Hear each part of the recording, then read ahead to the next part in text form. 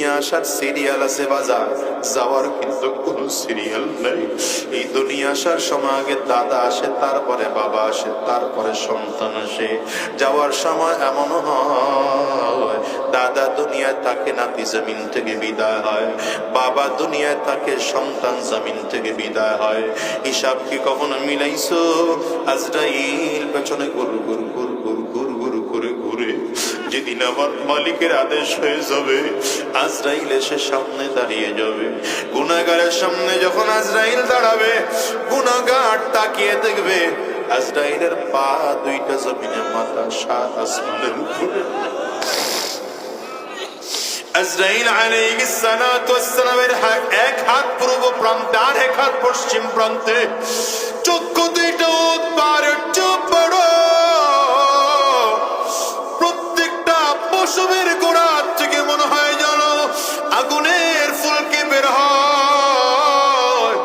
গুনাহগার যখন আজরাইল আলাইহিস সালামকে দেখবে, গুনাহগারের চক্ষুটা উল্টায় যাবে, শরীরের প্রত্যেকটা জায়গায় রূহটা দৌড়াইতে আরম্ভ করবে। আজরাইল আলাইহিস সালাতু ওয়াস সালাম গুনাহগারের জানটাকে কবজ করে নিয়ে যাবে। এবার দেখো না অবস্থা কত খারাপ।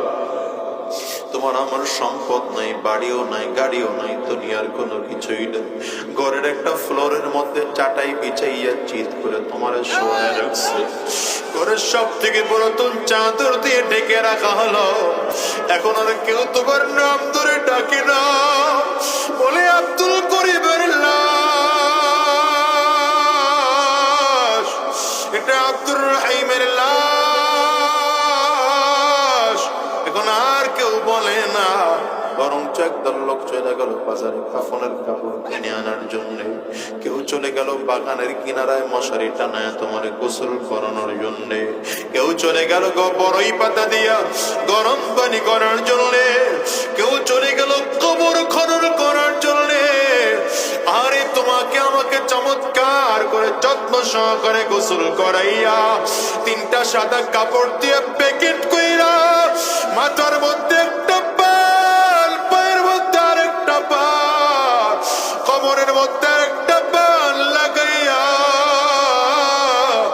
জানাজার মাঠে এনে জানাজা পড়াইয়া তোমাকে আমাকে আস্তে আস্তে করে কবরের দেশে নিয়ে আনা হয়।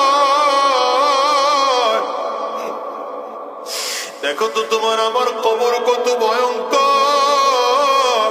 ওই কবরে সাথী নাই, বাতি নাই, বাড়ি নাই, দুনিয়ার কোনো কিছুই নাই, আলো নাই, বন্ধু বান্ধব নাই।